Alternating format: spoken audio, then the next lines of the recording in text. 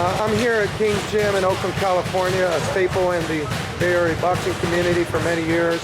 And I'm privileged to speak with the Boxing Writers Association of America's choice for 2011 Coach of the Year, Virgil Hunter. Thanks for your time out, Virgil. You've been with Andre Ward since he was 9 years old. He's dominated amateur ranks to win a gold medal in 2004. And now he's thoroughly controlled an entire division en route to becoming one of the pound-for-pound best fighters in the world. This seems to have opened up the gates for you in terms of taking on other fighters. Can you comment on that, as well as who you currently have under your tutelage? I do have other fighters now. Michael Dallas, Brandon Gonzales, Kareem Mayfield, Stan Martin. These are young men who came and approached me and asked me for help. It wasn't solicitation type of thing. And I felt that any young man that asked for help, that I could be that serious in the business, that I would give them some help. So that's how we started. And hopefully something good will come out of it. Okay, and I asked you off camera, you said you were retired, because I wanted to ask you that to see if how much time you actually have to spend in some sweet sciences. Does that pretty much get all your attention in the boxing game right now? Oh yeah, I've been retired since '06. So boxing is pretty much most of my day. It's my job now. And self-employed in the business. So it does occupy a great deal of my time on a daily basis. Does it seem like you're juggling fighters, or do you only take on who and what you can handle? Well, right now everything is pretty smooth because, with Mayfield and Martin and Dallas are all in basically the same weight class, so that helps that situation. Gonzales is in basically the same weight class as Andre, so it helps that situation. We have some built-in sparring, and right now it's going smooth. There hasn't been anything that would disrupt what I need to do, and I'm gonna keep it in order anyway. So that's never gonna be a concern. Okay. I feel that trainers should be well versed in teaching the fundamentals of boxing to start off with, to then branch out from there where differences in style, approach, and philosophy are pervasive. What do you feel are your best assets as a trainer? And can you talk about your approach towards individual fighters as regards imparting any philosophy or training knowledge? Well, in Brandon and Michael's case, and Stan's case, it's not easy to take on past work, other coaches' work, because they've developed certain elements to their game and things like that. So to come in and have a slightly different philosophy, maybe, or even a different work ethic, or different fundamental principles, it's not easy to take a fighter who's been fighting, like in Michael's case, over 150 amateur fights, I believe, 17 pro fights before he came. Gonzales maybe with 70 amateur fights and 14 or 15 pro fights. So, that's a very slow process. It just doesn't come overnight. So, and then they're in that area where they still look kind of like prospects. It's not like they're champions walking through the door. So you have your work cut out for you. You have the patience, you have the teaching ability, and they want it worse than you want it, and something positive will come out of it. Okay. No doubt some fighters are more willing to learn than others, but the reality is nobody learns unless they're taught. To delve a little deeper, John Madden once talked about the definition of a coach, which I thought was a great statement, and that's someone who not only can recite or show their pupil what needs to be done, but a coach is a person who can actually get a student to act out under competitive circumstances what they've been taught in practice. In light of that, what type of message do you send? What works for you in terms of motivating individuals to respond appropriately, especially at the pro level? First of all, you got to believe in you. You got to believe in them. Without the belief and without the confidence, I mean, you just wasted your time. So they have to believe in you first. And then the coaching philosophy that you're implementing in that particular individual, it has to make sense to them. I have to be able to convey it to them where it makes sense, where they understand what I'm talking about. And then thirdly, they have to actually see these different things play out, whether it be in sparring, whether it be in drills, or whatever. It has to make sense mentally, and it has to show itself physically. So once you establish that part of it, then whatever you need to teach, whatever you need to implement, I think it comes a little easier after that. Okay. You mentioned at one point that to keep Andre motivated or grounded, more closer to what I was saying, to keep him grounded and moving forward in his career, that you as a team, you kind of avoid absorbing praise that comes your way and rather embrace criticism. Is that true that you said something like that? Can you elaborate on that? Well, you have a choice of which one you're going to take, because in this business, the praise can turn into criticism real quick, and the criticism can turn into praise. So you have to put yourself somewhere in the middle, because the majority of the people who report this sport are pretty unstable in terms of what they think they see or what they expect. So I think if you're going to embrace one, you should embrace the criticism, because praise doesn't motivate you. You can sit on praise, you'll stand up on criticism. That's very, very well said. Team Ward is confronted with arguably the biggest challenge to date and facing coming out of his shell, Chad Dawson in September, a man who's looking to further his name at the expense of Andre. It's obvious that adjustments will have to be made to deal with his hand speed and a few other things, but what will you say to Andre to prepare him mentally for this challenge? I don't think there's much to be said. I mean, he knows what he's up against, and we know what we have to do. We've been together long enough to know exactly what we have to do. We recognize what we're up against. So as the days go by, we'll establish a plan, we'll establish a strategy, and we'll start working towards that. And then off of that, we'll have plan B and C. So nothing changes from what's been working for us. Okay, Andre hasn't been in the ring since December, and he won't be in the ring until September 8th of this year. When will training camp start? And do you expect him to show ring rust early on when the bell rings? Well, training camp is always continuous for us. We don't never stop. And he's not the type of fighter that shows ring rust because he doesn't rely on one particular thing to work for him. So it's very difficult to divvy ring rust. I actually consider this a rest. Coming out of the tournament, he had a broken hand and things like that, and he was recovering from a cut high and just the wear and tear of the tournament. So I actually considered it a rest for him. So I don't expect any ring rust at all. Okay.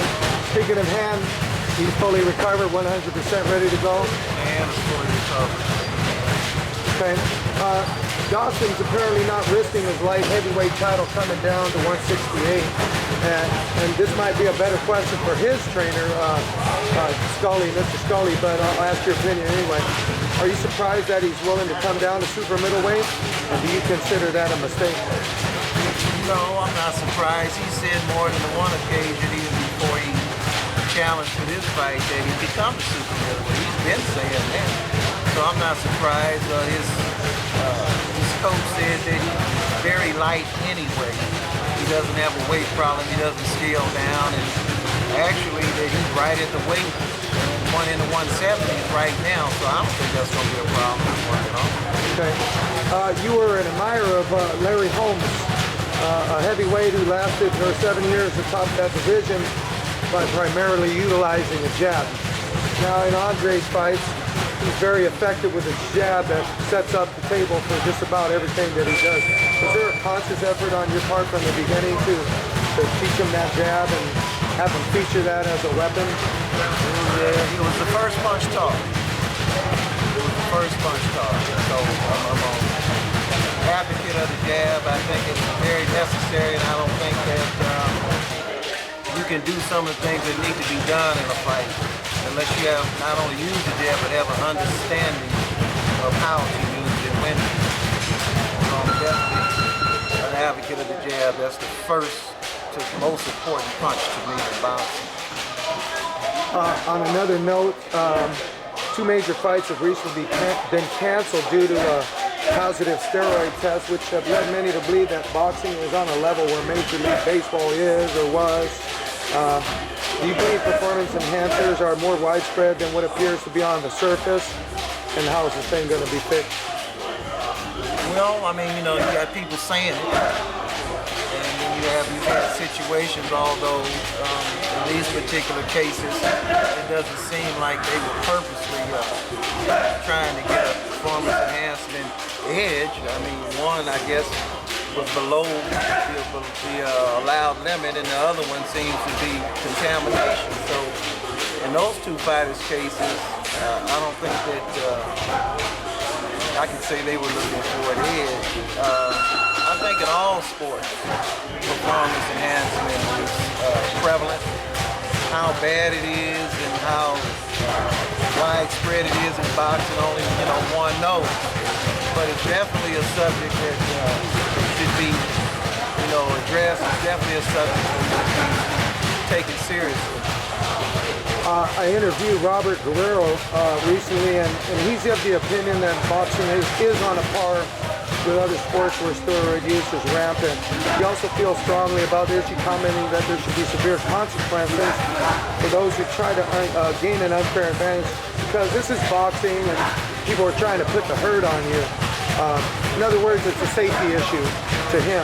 Do you agree with that assessment? And what do you feel might be appropriate penalties? Well, I mean, I think his assessment as a fighter is right. Because the last thing you want somebody to, end up get a scar in boxing, somebody end up, seriously hurt, and then you find out that the person you fought was juiced up. That would really be a bad thing. So, again, it's something that boxing needs to take serious. It's something that they really need to diligently look into and have a plan to, eradicate anything like that that might be going on. Let me ask you, what's wrong with fighters just putting in a solid day's work, getting proper rest, and eating well? Has boxing and sports in general gone to a place where it can't find its way back to the basics? Well, I think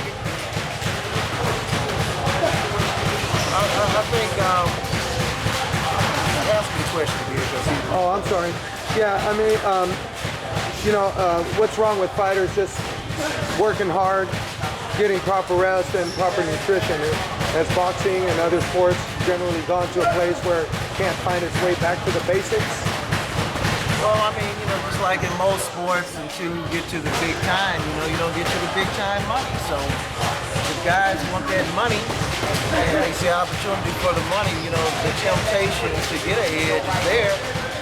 So some guys might, fall over that edge. But of course, I'm sure any fighter who's a world-class fighter knows the importance of nutrition and rest and doing things the right way.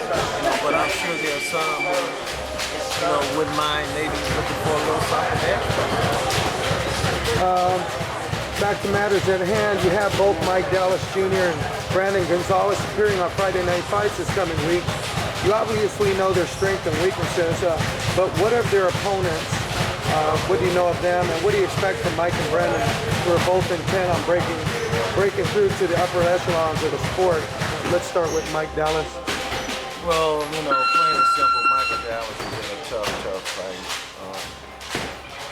And there's no sense in asking at this stage why he's in a tough fight, because if you look at his career, prospects in comparison, I don't think nobody has had a tougher road in terms of who they have fought with Michael Dallas and who they've been put in there with, who he's been put in there with. So that's no surprise to me. Yes, once again, he has to face a tough opponent. The thing is that he's handled that, with the exception of fight that he lost, that he got stopped in, which I don't think he was really prepared for that fight. I mean, at the time you're talking about a young man with 15 fights going up against a guy with 30 fights, you know? So why that fight was made, I don't know. But I don't think that he was prepared for the tactics that his opponent used in that fight. But I think he learned from it. You talked about Jose Cito Lopez, right? I think he learned from it. I don't think he was prepared for it that time, but I think he learned from it.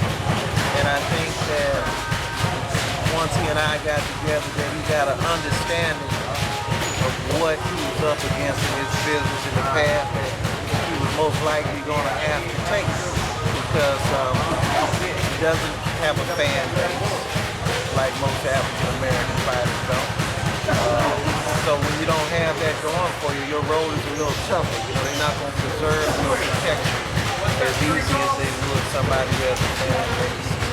And you know, you can see, you know, where you can make some money on down the line. So in that case, he's got a tough route, but so far, with the exception of that fight, I think he's proven that he's willing to take that route because really he has no other choice. So there's no doubt he's in a tough fight against a kid who can punch. I don't know if he's expected to win the fight, but in my eyes, he will win this fight. He'll do it in dominant fashion. Against Javier Castro. And what about Brandon Gonzales? Well, you know, Brandon came out of a long year's layoff to fight a tough guy like Ozzy Duran on Showtime, on a network that he'd never been on. I don't even think he'd never even been on TV. So that was a new experience for him. You know, he was nervous in that fight, like any fighter would be. I think Brandon is still finding out who he is and learning who he is. So when I think about Brandon and when I talk about Brandon, I talk about unlimited potential physically, but still he's a little behind mentally in the game in terms of finding himself. So it just depends on who shows up that night, you know. And what I mean by that is that he might stink the place out and still win the fight. But I think he understands also where he is in this business, that the guy, particularly the guy he's getting ready to fight, that he's expected to look well against. So he has to, you know, make sure that happens. Now you said he has some drawbacks mentally. How does that play out in the ring? What things is he lacking in as far as what transpires during a bout? Well, no, I didn't say drawback, but I'm saying he hasn't gotten to some of the areas mentally that he should be at right now. And that could come from the layoffs, that could come from a variety of things. This is just my personal assessment. This is our second fight together. We've been together now for I think about 6 to 8 months. So he's still learning the sport, you know. He started boxing at 20 years old. So when you look at it in terms of years put together, you know, he had 54, 56 amateur fights, something like that, 15 full fights. He hasn't even had a total 60 fights, 70 fights. So he's still mentally still learning the game and still finding out who he is. It's because of his physical attributes that he's been able to so far hang and do well. He's an athlete. So if mentally, if that part catches up with the physical, then we'll have something. But you know, it's gonna take time. But he has the pressure of he has to win and look good while taking that time, particularly where he is in the sport. It's unforgiving. So I consider him even in a tougher position Friday than Michael, because he's expected to win and should look good against a guy I believe is 8-4 with 3 knockouts. Whereas Michael, I don't think is expected to win. So I think Brandon has more pressure on him than Michael. Virgil, I want to thank you for your time. That was a great interview, and I'll be down there covering the fights and see what happens. All right, thank you. Thank you.